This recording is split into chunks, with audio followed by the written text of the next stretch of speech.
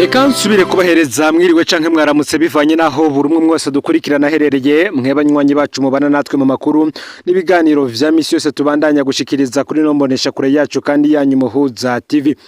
Uyu numwanya tugiye kubageza ko amakuru biriko biravugwa bigezwe ko muri kano kanya ngaha mu gihugu c'u Burundi, akaba ari amakuru tuzagaruka cyane cyane ku biba biriko biravugwa mu gisata ca politike be n'ibindi bisata bitandukanye, ariko muri aka kanya tukaba tugiye kuza kubageza ko bimwe mu byo twasabwe na bamwe mu badukurikirana ngaha cyane cyane ko biriko biravugwa kuri bamwe mu bategetsi bashaka kwigarurira inyungu zose zituruka mu ishengero Eglise Pentecote canke se CPB.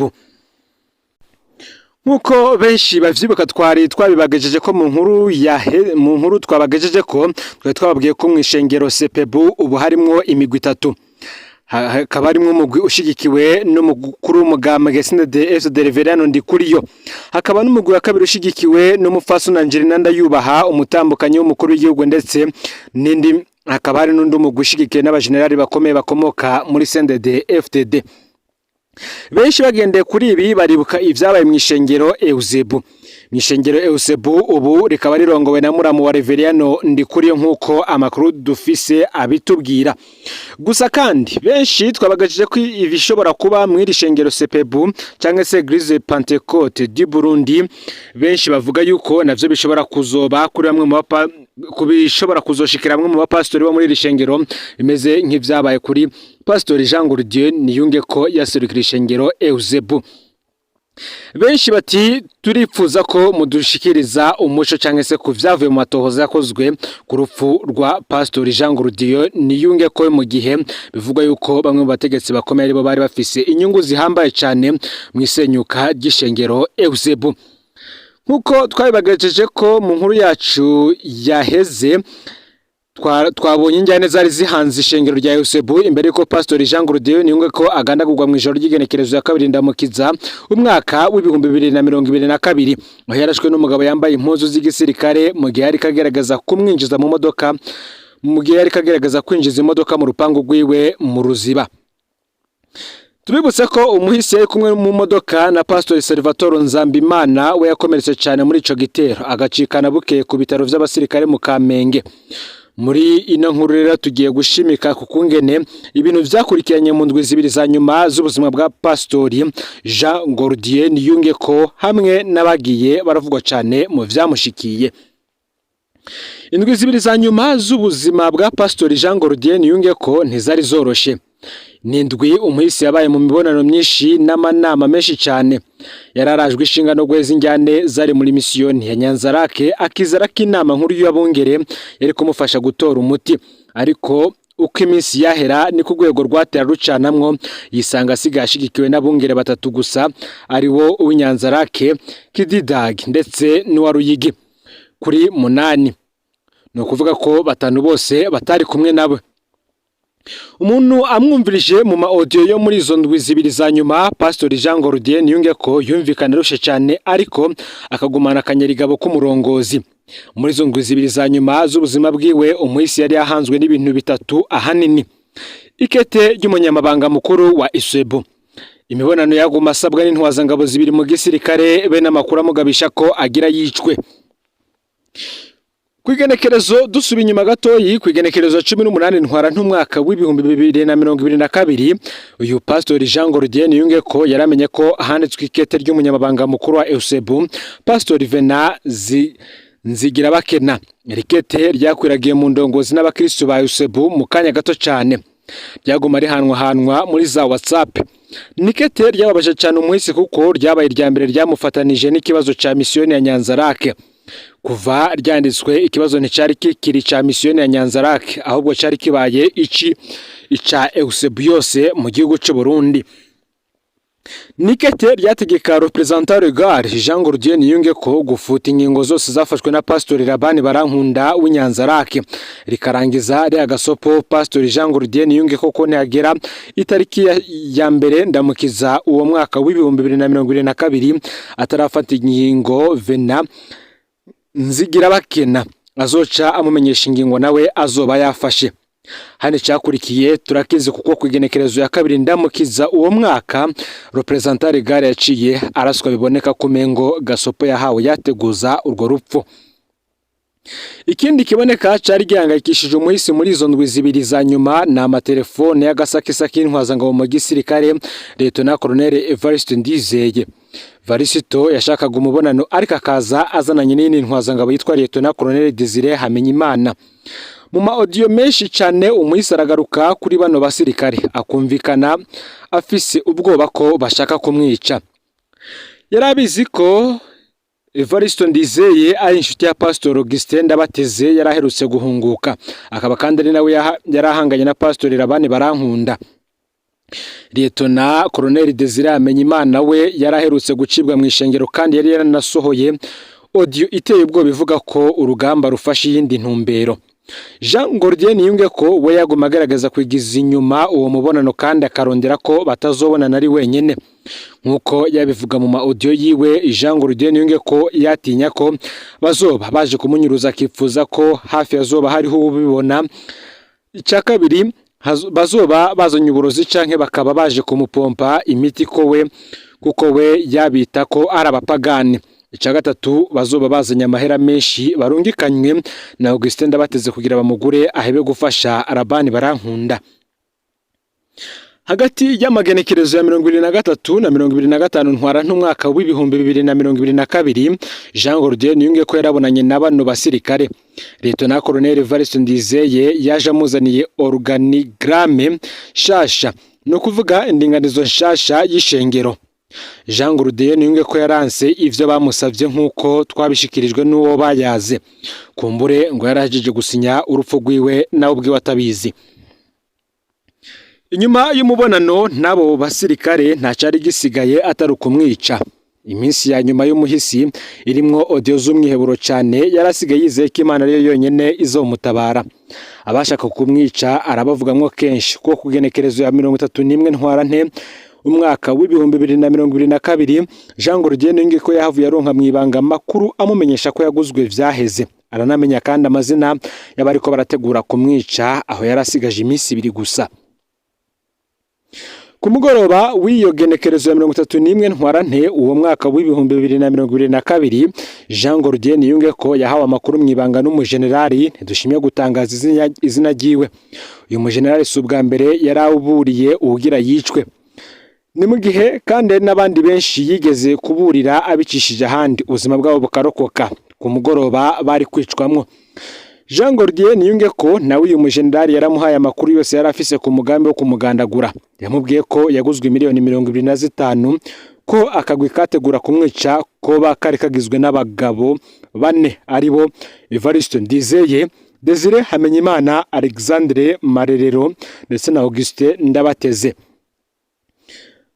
Ni mu gihe tuvuze ko koba kari kagizwe kubera ko twanse kuvyemeza, ariko amasoko abiri twaganiriye kandi yose yivuganiye na Jean Gordien Niyunge ko yemeza ko ari vy'umuhisi yagiye yababwiye. Mu audio yiwe Jean Gordien Niyunge ko yari yaragiye aravuga kuri bano bane bose nk'abantu babicana atinya ko bashobora no kumwica. Amasoko yacu yaratumenyesheje ko umuhisi yituye igendereza rya gisirikare, ararimenyesha ko hari intwazangabo zibiri zigira zimwice ariko ico gihe nta cyakozwe cyo kumukingira. Aha rero niho bitangarije ivyamushikiye. Yaramaranye amakuru iminsi ibiri ko wagira yicwe, aranabwira abagira bamwice ariko ntaco tubona yakoze ngo yikingire. Kumbure ngo yari gukinjura gato ariko yizera gutabagwa n'Imana, ntigeze yishiramwo cyane ko bo kubahuka kumurasa. Umuhisi yagumye yiteze ko bazomuha ishano. Lieutenant Colonel Evariste Ndizeye afise matricule SS ubusa indwi gatandatu ndetse na Lieutenant Colonel Desire Hamenyimana matricule SS 1375 bose barakomeye mu iperereza rya gisirikare.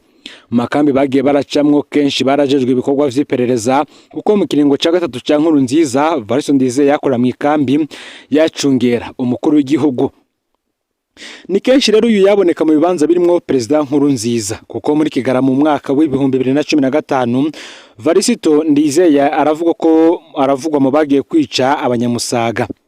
Muri imwe mu audio ahari afiswe na rimwe mu mashiramwe haranira agateka kazina muntu Pastor Jean Gordier Niyungeko we nyene yavuze ko Varisito ari mu bakozi barakumusaga akabivugana ubwoba ko nawe azohava amwica. Benshi bamaze kubona ingene Varisito Ndizeye yagobereye cyane Jean Gordier Niyungeko ngo babonane, umubonano wateye ubwoba cyane umuhisi kanatsinda inyuma yaho yankiye ivyo yamusavye. Haciye hakurikira rero wa mugambi mubi wo kumwica. Naho ari intwazangabo ziperereza Varisito Ndizeye na Desire Hamenyimana bari bafise amabanga mu ishengero rya Eusebu, kuko Varisito yari umujenami Bujumbura mu gihe Desire yari umwarimu mu Rumonge.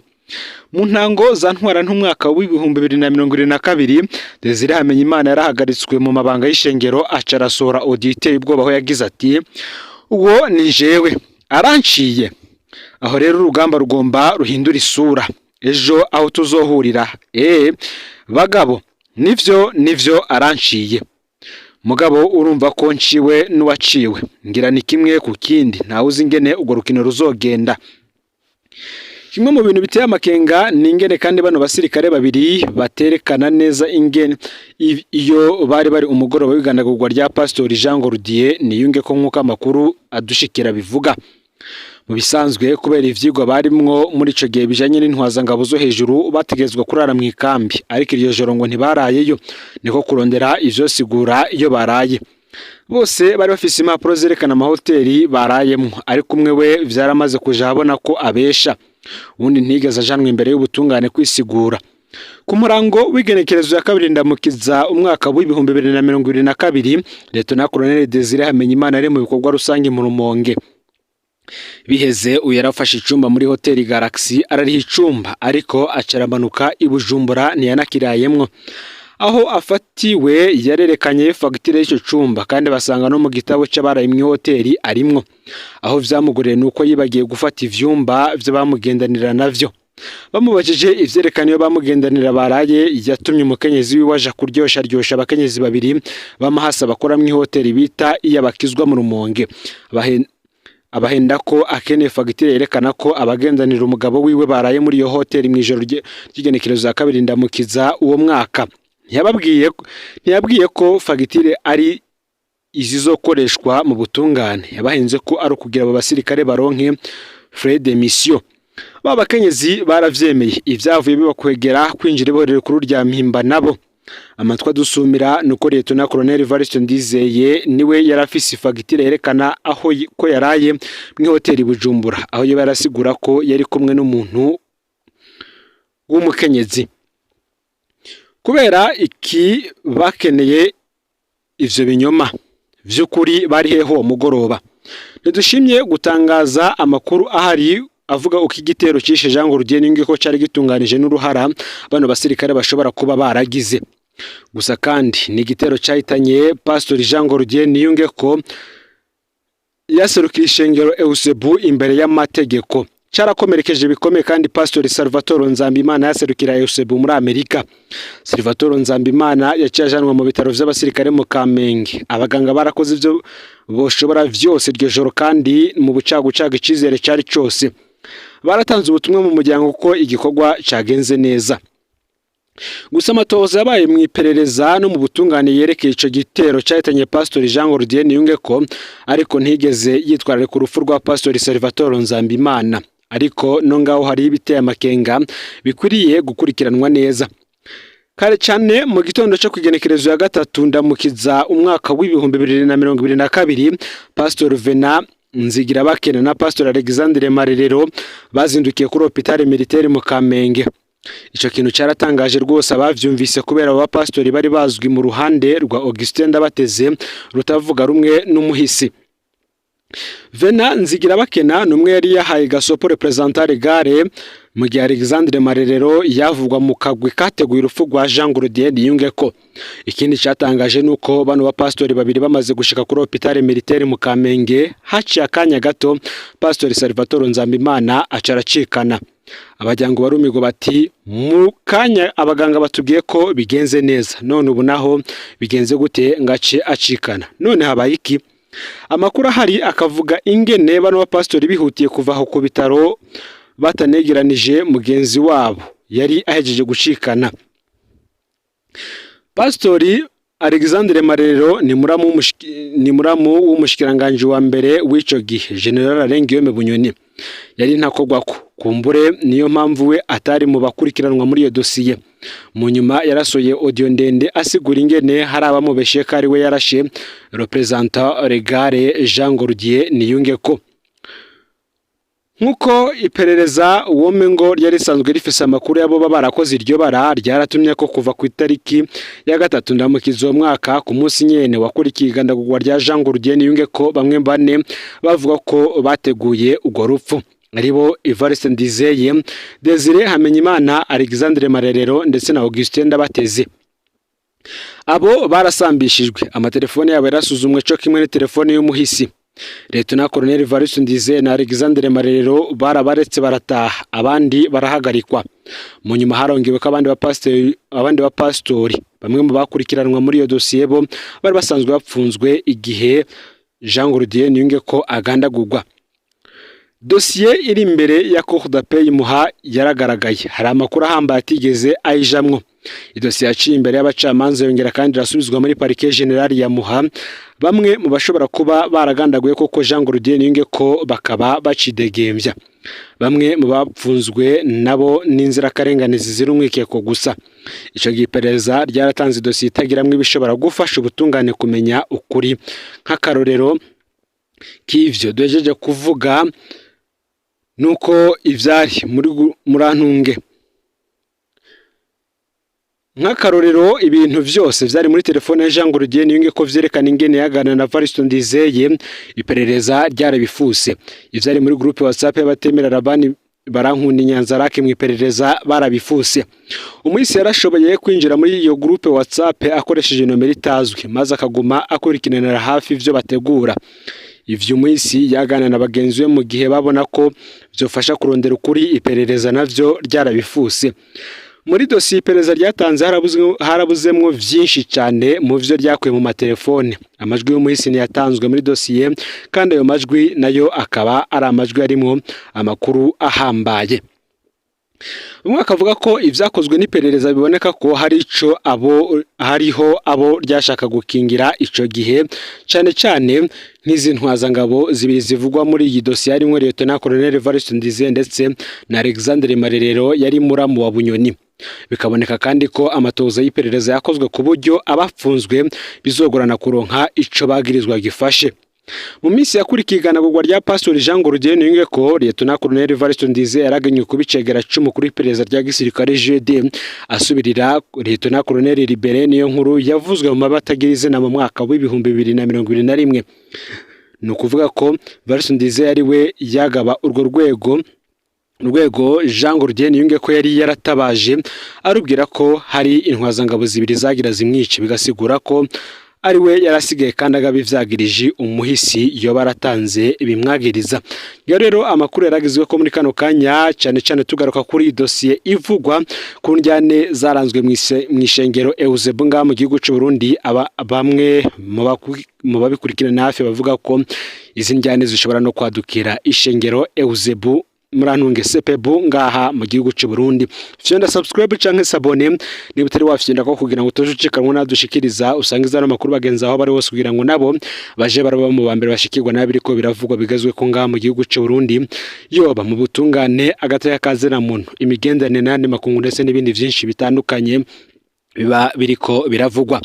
Mu nkuru ikurikira tugiye kugaruka ku mabanga hambaye cyane ku vyasizwe bikozwe n'uwahora ari umushikiranganje wa mbere Gervais Ndirakobuca vyose ntuze gucikanwa. N'umuhuza TV Imana ibahezagire.